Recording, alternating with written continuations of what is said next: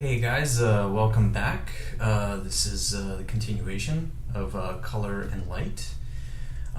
Just real quick, this week we're going to go over lighting basics like key light, fill light, shadows, reflected light, and ambient occlusion.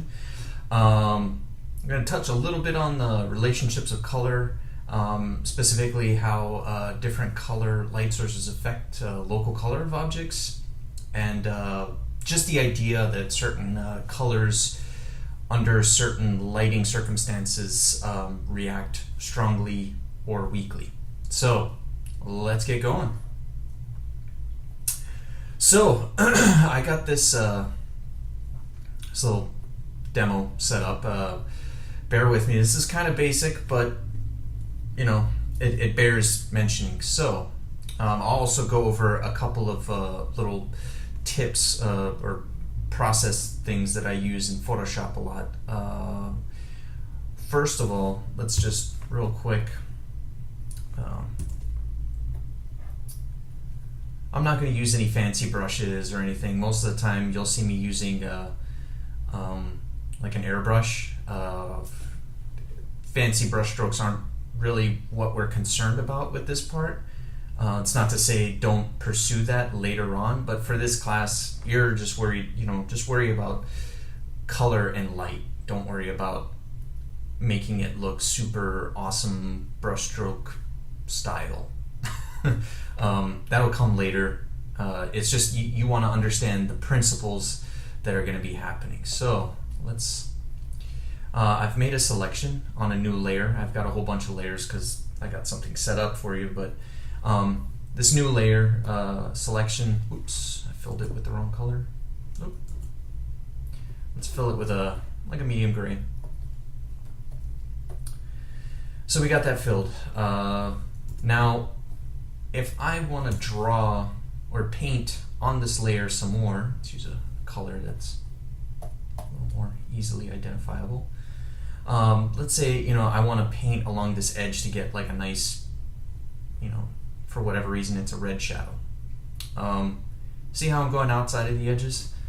That could pretty much drive me nuts if I had to just worry about it. So one way I could do that is I could have kept my selection there like this, and that would have been fine. But an easy way to do this is if you go up to this right underneath the layers and the normal and opacity, there's that other bar, it says lock. If you click on this first one, it's kind of like a little checkerboard. You click on that, and what that does is it locks the transparency, so any brushstroke I make now only stays within what I've already painted on that layer before I hit lock transparency. So if I want to, extend this shape out farther, I turned off lock transparency. Now I'm going to turn it back on, and now I can only paint within that shape. So it's a pretty, I would say, extremely useful tool. I use it all the time. Another tool, in addition to that, so say you're not sure about how you want to paint on this sphere right here, and you don't want to have to keep erasing and going back, and even if maybe you want to layer an effect. So what I do is, either it's locked or it's not, doesn't matter for this purpose, so we'll leave it locked, but I create a new layer. Now if you hold down Alt, which would be the same key for the color picker, see how the color picker shows up? You hold down Alt and you'll see, the hand shows up as you hover over the layer.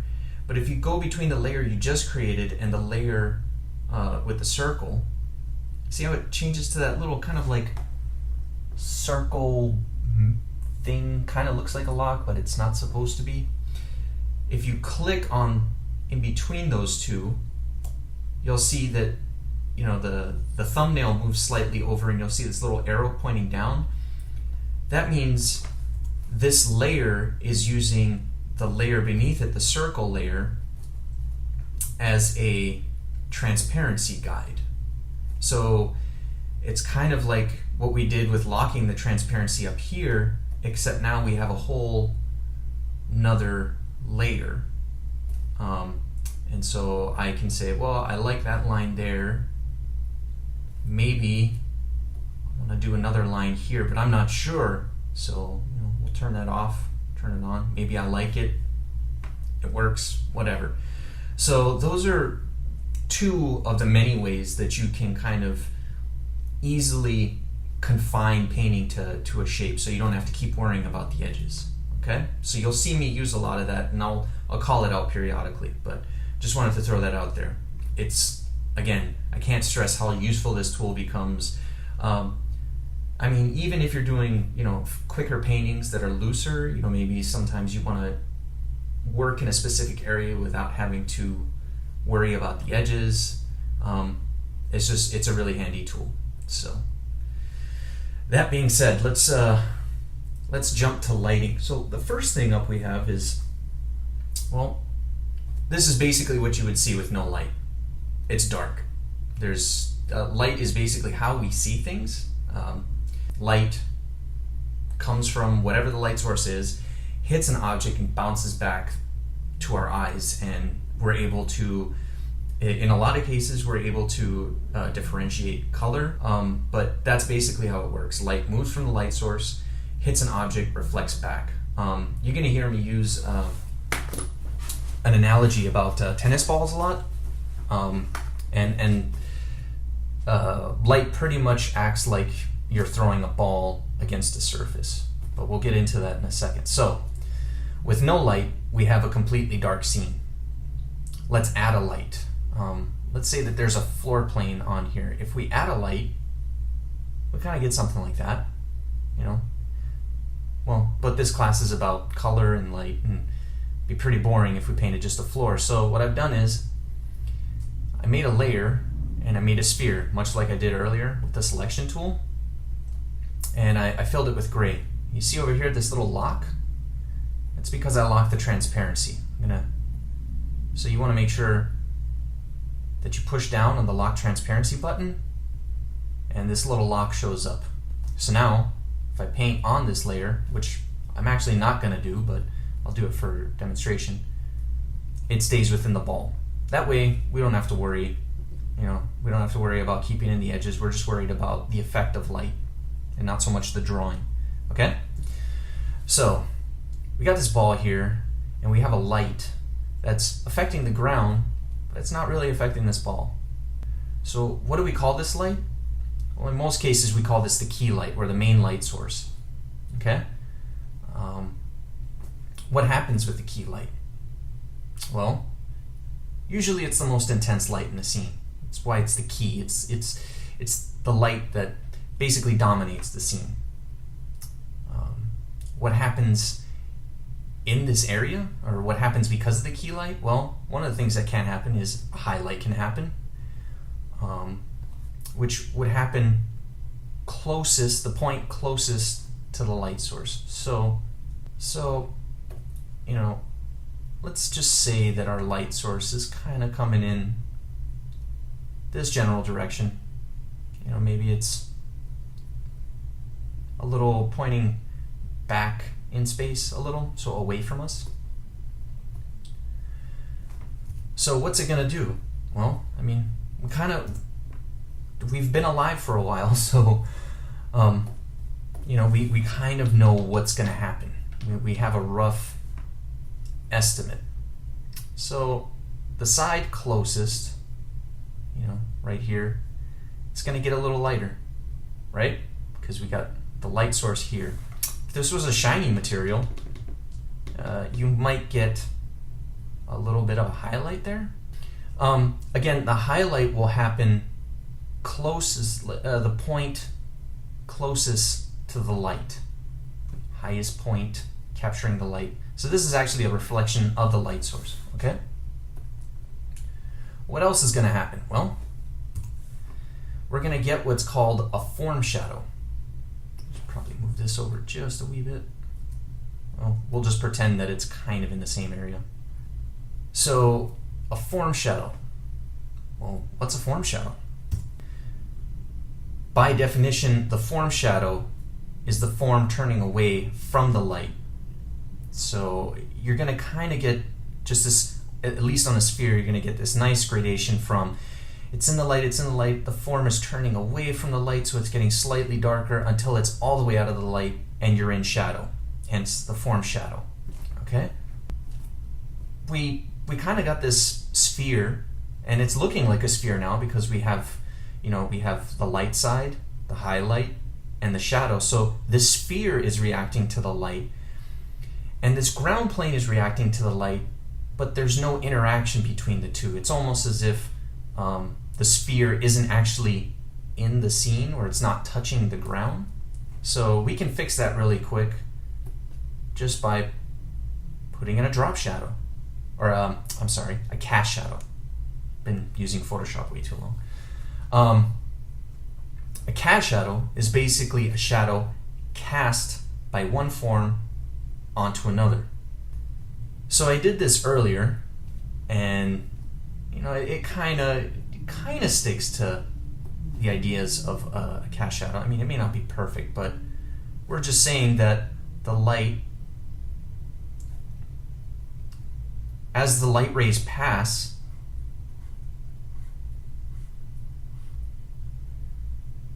it can't reach this surface.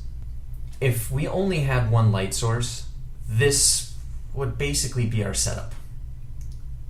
But you're looking at it and you might think something is slightly wrong, and you would be correct. One thing we're missing, even with a single light source, would be a bounce light source. So remember how I said I was going to pull up an analogy of a tennis ball? We can kind of go into it like this. So if you have a tennis ball and you throw it against the ground, you throw it once and the ball is going to hit the ground and it's going to bounce pretty high. It might bounce higher than your hand was when you threw it because you threw it pretty hard. So it's going to bounce pretty high. The second time it bounces, it won't bounce quite as high. And basically what's happening is every time the ball is making contact with the ground is absorbing some of the energy from that ball. And so the bounce, or the energy in the ball that's making it bounce, is becoming less and less. So that's basically what's happening with light. So light is coming in, and it's hitting the surface, the ball bouncing out this way and that way. It's also hitting the ground, and some of the rays bounce up into the ball, bounce back to the ground and up, and they kind of ricochet in there. And every time it's bouncing, it's losing a little bit more energy, so the light is becoming a little less intense. So we call that bounce light because the light is bouncing around, but it's also called reflected light because light is being reflected off of a surface. It's bouncing, but it's really being reflected. So we need to add a little bit of bounce to the bottom of this. Actually, now that I see it next to the dark shadow, that feels a little better. And I'm just gonna kind of color pick the ground. Just paint a little bit right there. Lower the intensity, or lower the opacity, sorry. Probably have to lower just a little more. So we have our light source, our highlight, our shadow, and a little bit of bounce. I think that might be a little intense, but the more intense your light source, the more intense the bounce. So we could say this light source is the strongest light source in the room, but it's may not be insanely bright like a halogen bulb or something where it's basically like throwing the light rays even harder so that they bounce around a lot more because there's just more energy. Usually the most intense causes the highlight, causes the form shadow. Form shadow being light diminishing as the form turns away from the light source. And also, whoops, it's not up there, but also causes the cast shadow. The shadow cast by one form over another. And it also causes, or usually causes, bounce light or reflected light. So that's one light source. Most of the time, you know, you could have one light source for dramatic effect, but most of the time, you're going to have a second light source, and that's usually called a fill light. A fill light or an ambient light source is a secondary light source, usually less intense than the key light. An example of this is if you go outside on a sunny day.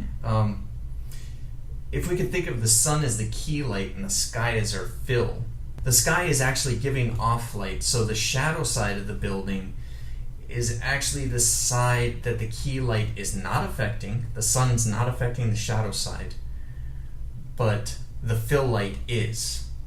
And this brings up a really important point. When you have multiple light sources in a scene, the absence of one light source usually means the presence of another.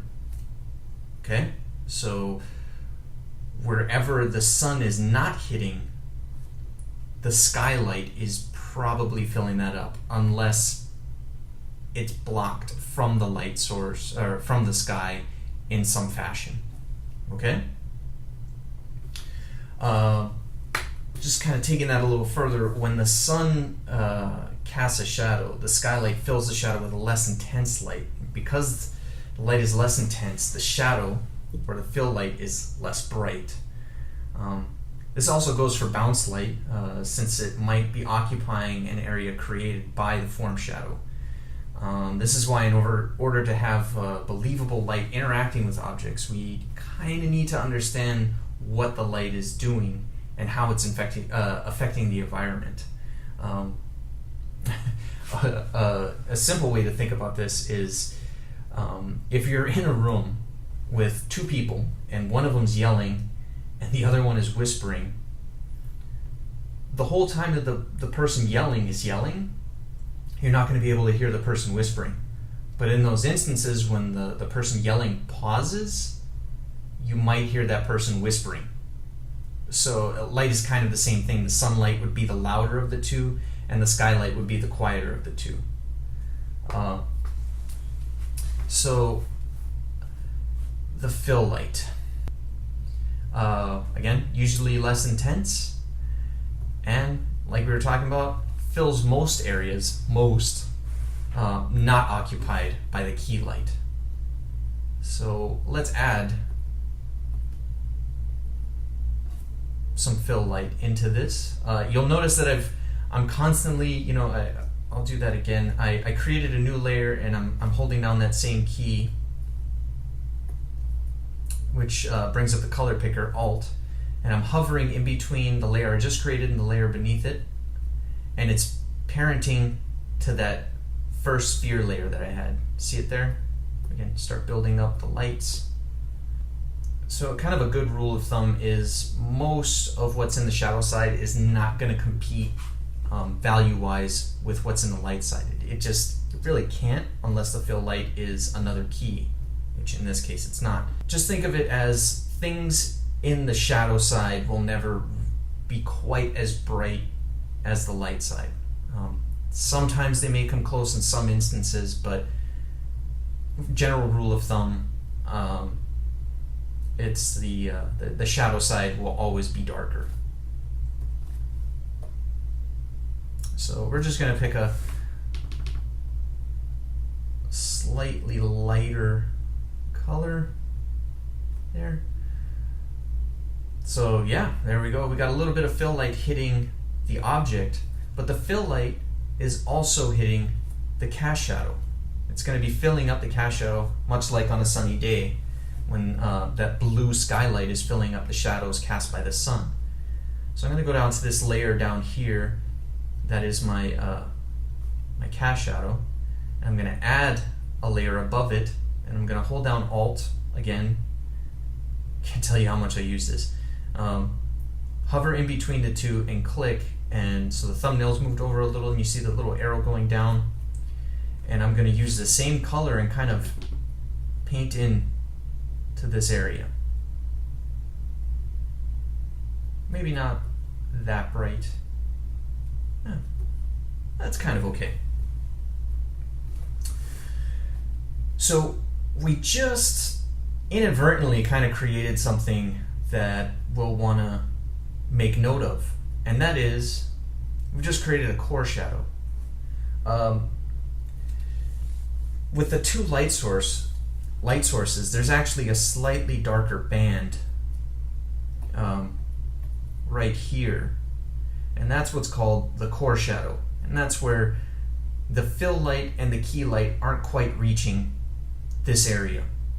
Okay, so it can be one of the darker areas, possibly not the darkest, but one of the darker areas, or in a color, like a color scheme or a color version, one of the more intense colors.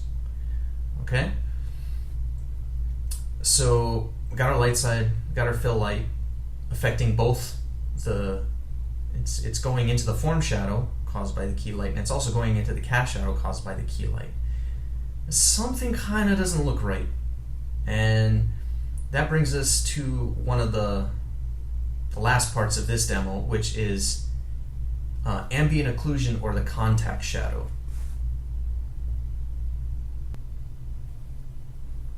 So we're gonna kind of zoom in quite a bit. Probably should have done this earlier, but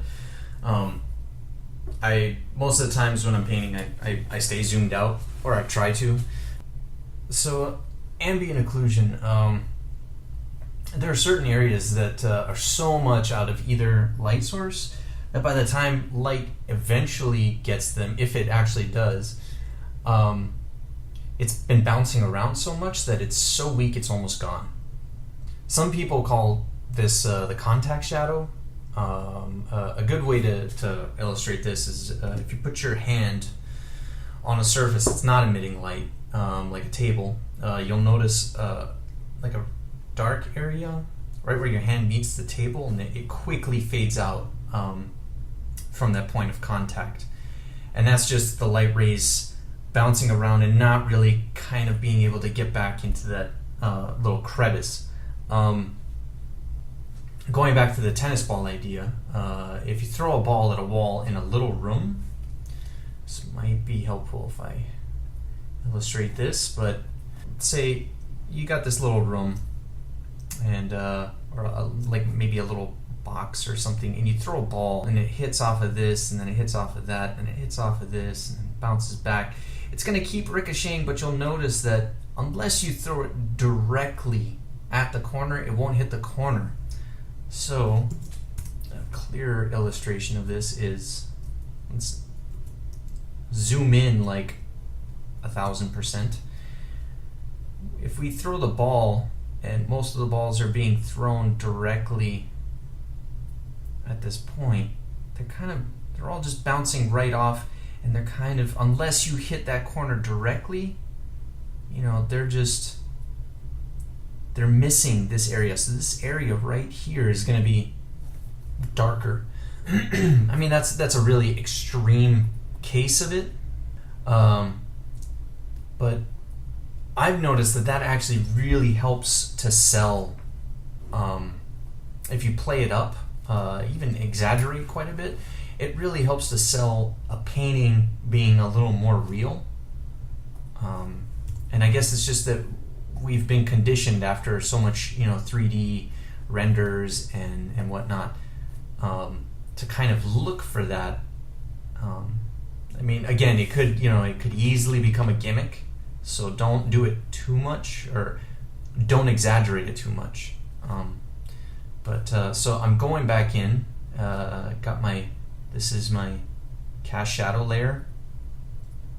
I'm going to add a new layer, holding down Alt in between, and it's parented to that, so I have two layers parented to the shadow, or the cast shadow layer. And I'm just going to pick like a black, because it's basically an extreme absence of light. We're just going to kind of add it in there. And yeah, that's looking a bit better. And we could just add same thing for the sphere.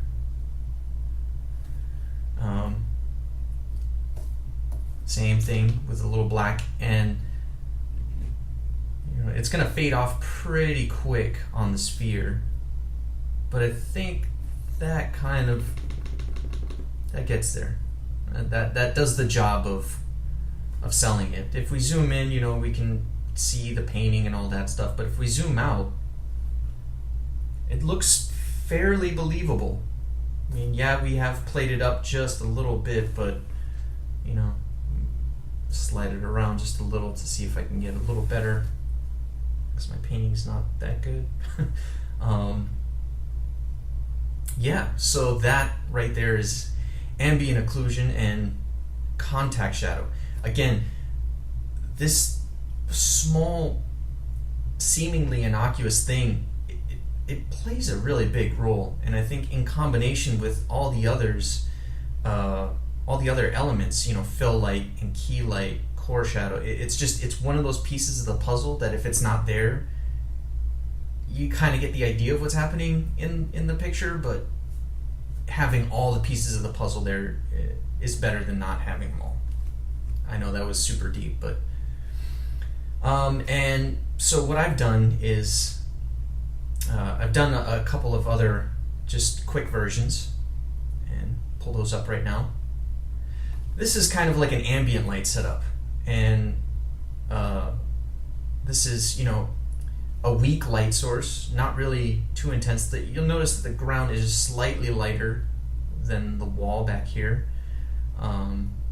Soft shadows because the light is diffused.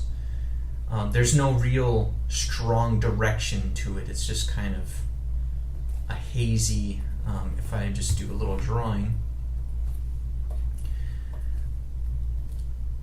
it's kind of, the light is coming in at all different kinds of angles, and maybe it's being scattered through something, like maybe it's a cloudy day, or maybe there's a screen on top of this, but it's not all coming in at one specific angle. This is I just did this real quick to kind of show two key lights, and this probably isn't too accurate, but if you go out on like a sports field or something with a bunch of different lights, you'll notice that shadows being cast in different directions. So this would kind of be the scenario if you had one major light source here and another major light source here. And the last one, remember when we talked about high key? This is kind of that idea where the light is super intense, so you don't get a lot of dark colors. You might get just a little, but even then I think that's a bit much. So those are just some different lighting scenarios where light is affecting the elements slightly differently. You don't see too strong of a core shadow in this one because this light is just so overpowering that it's actually becoming its own fill light. Whereas in this one, the core shadow is kind of like a ring right here because the fill light is maybe coming from off screen over here. And this is just basically all fill. So having covered basically just the basic lighting and cast shadow, highlights, all that good stuff, let's move a little bit into color. Usually your light sources, key and fill, will have a touch of color. Again, if you go outside, the sun, the key light is slightly yellow, and the sky, the fill light is slightly blue, usually. There's endless variation to the day. People will usually refer to light in terms of temperature, either warm or cool. This is because colors are usually grouped into warm or cool colors. or warm or cool groups. This is just basic. It may not be the most accurate color wheel because I made this, but if you go online, you can just type in color wheel and you'll get a pretty accurate representation. You'll see that for the most part, colors are kind of divided up in the warm and the cool. Yellow, orange, orange, orange, red, red, red, violet. I could have added in, there's orange, red, and then there's red, orange, and then there's red, and then there's, red, violet, violet, red. But this is just kind of like a simplification. If you want to add two warm colors together, kind of makes sense that they stay warm. And when you add two cool colors together, makes sense that they stay cool. But when you kind of mix the two, so green and red, you get something that's neither warm or cool. It's just like putting ice cubes in coffee. You get something, it's neutral. It's not hot, it's not cold. It's kind of just in the middle. And that's what we call a neutral, which fits into like the realm of grays. Usually he'll rarely have a pure just neutral. You'll have colors that are so weak in chroma that they might seem gray, especially next to a more saturated color, but they're actually a very desaturated color from this color wheel. Again, just to point out, this color wheel doesn't deal with value. This is just dealing purely with chroma. If we look at a warm light source like the sun, depending on the time of day, you might see a more yellow light. Because the light is warm, warmer colors will seem more intense, like the reds, yellows, and the oranges. So cooler colors will seem less cool because they are being reflected back to our eyes with warm light. So that warm color is being mixed in with the cool. Blues, violets, and greens might seem like warmer versions of themselves because they all have a little bit of that yellow mixed in, at least in this scenario with the sun giving off a yellow light. On the other hand, if we took a cool light source like the sky, we'd see the opposite. Cooler colors like blue and violet and green become more intense, and they would typically, with a cooler light source, they would typically lean in this region right here, probably the cooler region of the color wheel. Warmer colors like red, orange, and yellow would feel weaker or less intense and come off as cooler versions of themselves. One way to think about this is if your light source is warm, it has less of an ability to reflect cool colors to your eye. Cooler colors will appear less intense and warmer because you can't actually see those colors as well under those lighting circumstances. It's important to figure out the temperature of your light source so that you can believably suggest color. Again, I know it sounds really simple, but warm plus a warm equals another warm.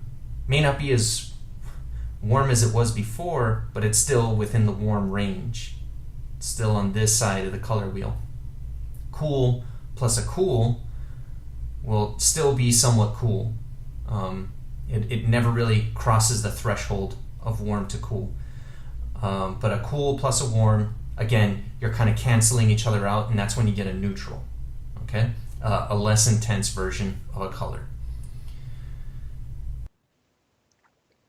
So now I'm gonna just do two quick demos. The first one is going to be a warm light exercise, and then the second one will be a cool light exercise. One thing to keep in mind, by comparison, if you have a warm light, your shadows are going to be cool. If you have a cool light, your shadows are going to be warm. So just think of it light and dark, warm and cool, or cool and warm. What I mean by light and dark is they're going to be opposites. So if you have a warm light, cool shadow, cool light, warm shadow. It's just a good principle to kind of keep in mind. Sometimes I'm going to play it up here a little bit, but sometimes that difference is very subtle, but it's noticeable. So here, just doing kind of same steps we did on the black and white study, the lighting study. I kind of know where I want my key light, so I'm just working in the form shadow. Again, where the form is turning away from the light. And yeah, I had pre-made my cast shadows because I just didn't want to mess around with that. So the cast shadow being the shadow cast by the form or by one object onto another object by the key light.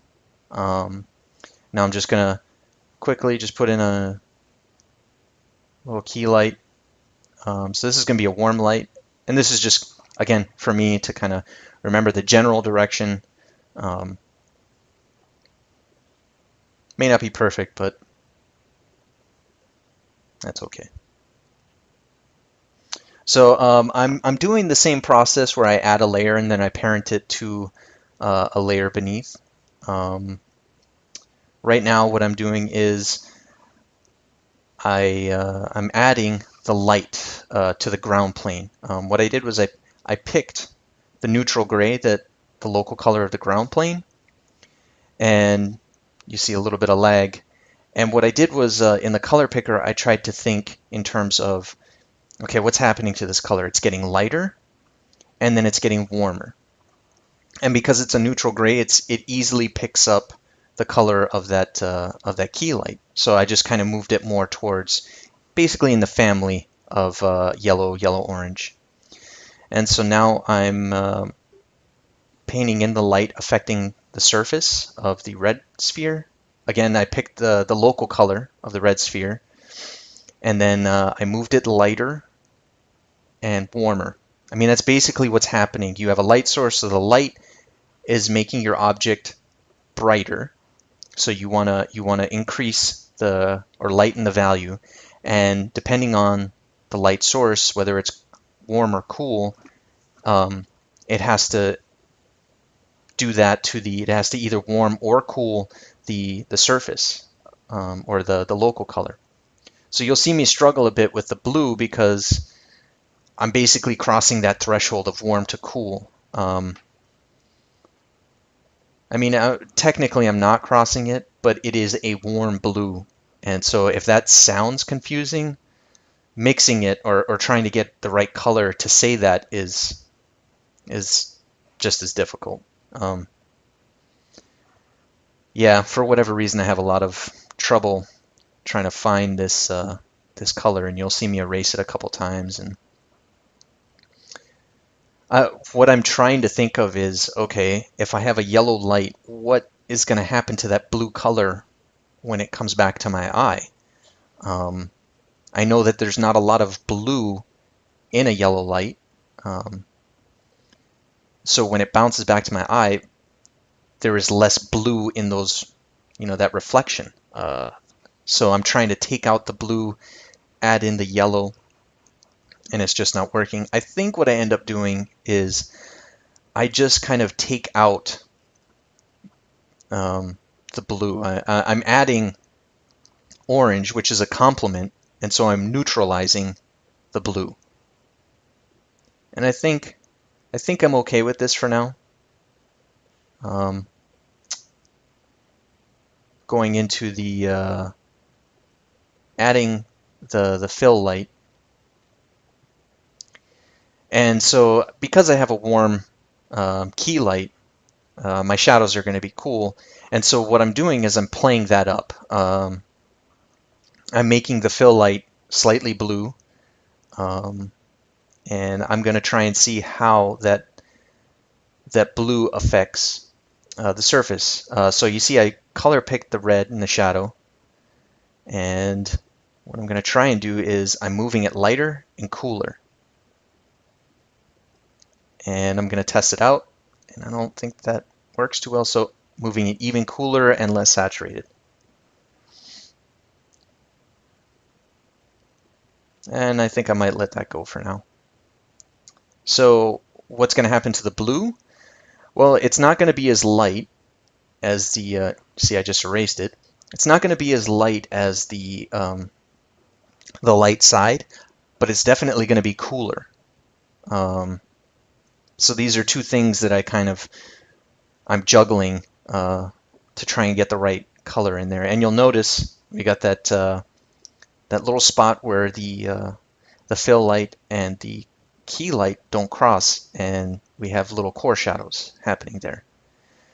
So now I'm just filling the cast shadows from the key light with the fill light, filling with the fill. I mean, yeah, just go outside on a sunny day and you'll see how that skylight, that blue skylight, is filling up the cast shadows from the sun. It's I mean, it's all about kind of making observations from life and then trying to bring them back and kind of explain your point, or use those observations to further your illustration. And working on some bounce light, because that warm light is so intense, it's going to bounce a lot more than the cool light.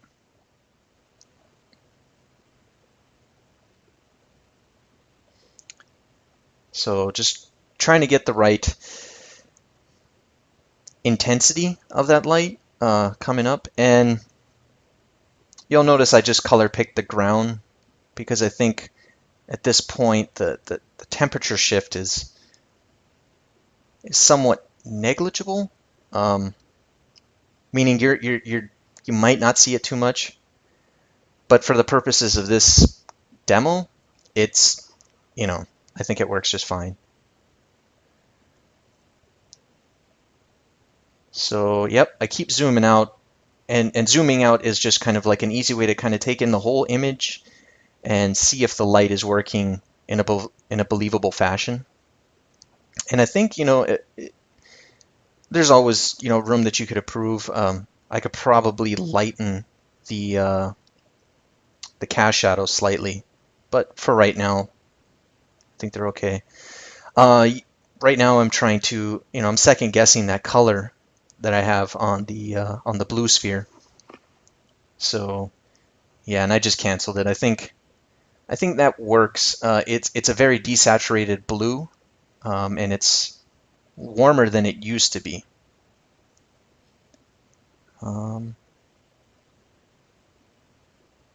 Yeah. Again, these sometimes, you pick a color and it's going to be hard. And you just kind of rely on, what is going to happen with the color and from observations from life. So now I'm just going to do a cool variation of this. I'm going to get rid of all the layers that pertain to the warm lighting scheme. That was all the layers of warm light on the spheres and the cool fill light. Getting rid of that, and got rid of the fill light in the cast shadows. And now I'm just color shifting. Went into hue saturation, and I'm just shifting the color around for the light source hitting the ground plane.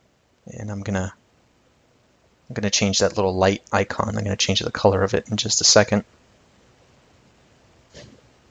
Yeah, there we go. I was about to start painting and then realized, hey, I got to change that light source because I'm going to get confused.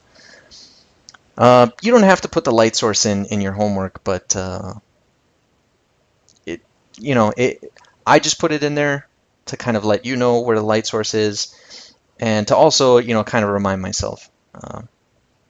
I may not stick to it 100%, but it's at least it gives me a point of reference. So here I am. I'm adding a little bit of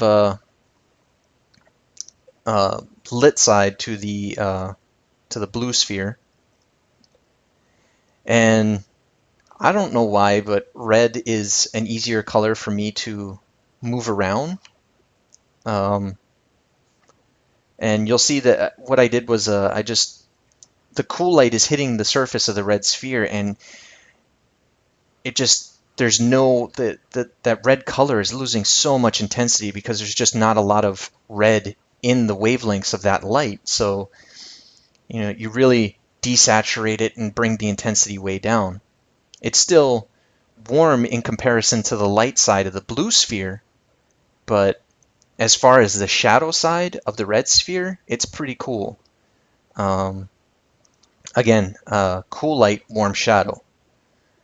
And let's see, right now I'm gonna putting in the fill light, or at least hinting at it. And again, I'm playing this up. This is a pretty desaturated orange, but when it's next to a blue, it feels pretty warm. So I'm gonna fill in the cast shadows. Again, going back to that principle of the absence of one light source is the presence of another, for the most part, except where those tiny little crevices, like the contact shadow, where light just can't bounce around and can't really get to. So, yeah, I mean, if you look at the shadows compared to the light, they're pretty warm on their own. As just if you color pick that and put it on a little a file right next to it, it may not seem like a really warm color, but by comparison in this image, it's pretty warm. And so that's kind of what you want to go for. By comparison, your shadows are going to be warmer in this scenario than your light side. So cool light, warm shadow. I know it sounds like a broken record, but you really want to, understand that by comparison, your shadows are going to lean towards the opposite temperature than your key light. And see how I just pulled that blue all the way. I basically took out all the blue, just really kind of trying to take down that intensity of that color. And now I'm starting to warm it up. I'm also thinking about the value and trying to keep it low, because I don't want, that fill light's not as intense as the key, so I don't want it to be brighter. I want it to stay fairly dark back there. Yeah, you see me keep zooming out, and again, that's just to kind of see if the lighting is working together, and it doesn't have to look photoreal, but it just has to.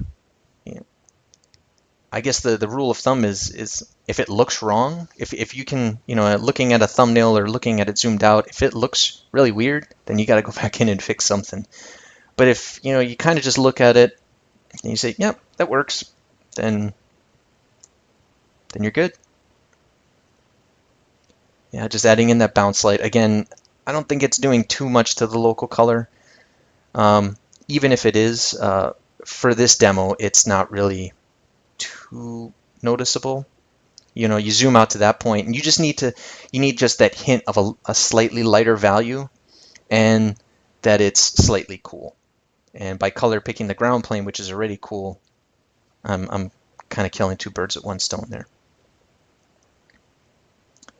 Yeah, just looking at it, and I think that's it.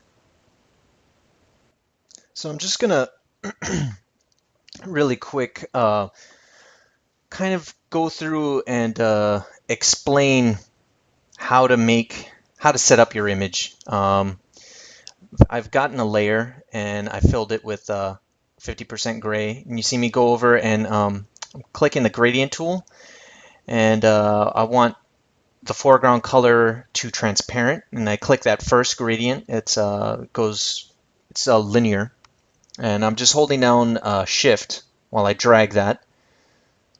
I didn't like that, so I go to about 2/3 of the way down, or a third of the way down to 2/3, and just click and drag. Just do it so you get a gradient that kind of reaches the first third of the image. You can transform it after that. I did that on another layer, and you want to keep this as flexible as possible, and get rid of some of those other layers that I had.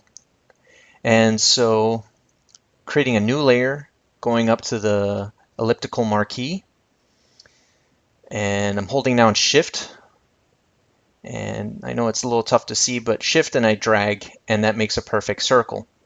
So now I'm going back to the gradient tool, switching back to the paint bucket, and I'm going to fill it with red. For your homework, you're going to do 3 spheres, red, blue, and yellow. I'm dragging that off to the side. I did that by holding down Command using a Mac. You can also just click that arrow that I just clicked at the top of the toolbar. I duplicated the layer, and by holding Shift, I can move it perfectly horizontal. So I duplicated that layer again, Shift, pull it to the side, and here's our three spheres, or three circles. And I just kind of did something which was Command E, but if you go up to the Layers tab, there's that Merge Layers. Now, if you lock transparency, you'll notice that the transparency turns off when you merge those layers. So I might turn it on right now, or I might forget about it, but you want to turn it back on. I will eventually. What I'm doing right now is I'm actually making I'm taking just a simple round brush, creating a new layer, and this is where my cast shadow is going to be. So it's easiest if you keep these things all on separate layers, just for this demo.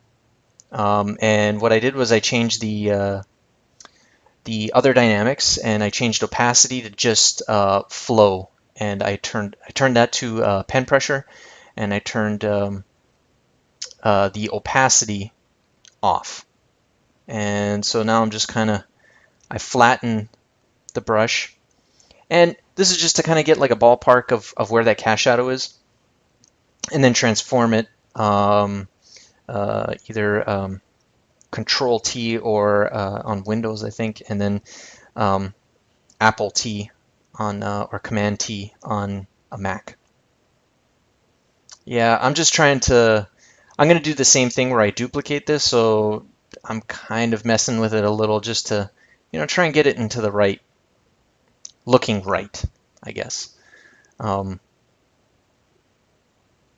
Yeah, ellipses are tough, even when you're cheating. And I think that's getting pretty close. I want to have it line up a little better with the light. I mean, you don't have to be this dead on, but well, I mean, this isn't that dead on anyways. But again, duplicated that layer and dragging it over, holding Shift. And there I go again, holding the Move tool, sliding it over with Shift, trying to line them up all in the same place. Now you'll see that one of them kind of goes off, merging those layers. I'm locking the transparency on both the cast shadows and the object. And made a little mistake there, but I control click those two layers, and now I'm just moving them so that the cast shadow doesn't go out of the picture frame. Just in case, in case you're pretty new to Photoshop, just kind of explaining. I mean, these are things that you'll use all the time in digital painting. So now with the transparency of that layer locked, of the sphere layer, I picked like a blue. And it should be, the colors that you pick should be fully saturated. So just pick a color and make sure that the color picker circle is all the way up in the right-hand corner. But you want something close to red, blue, and yellow. So, and we're going to use just plain old airbrush, circling the fact that I got my my flow on my brush to 50%. And so you're just gonna, I created a new layer and parented it to the sphere layer, and now we're painting in the form shadow.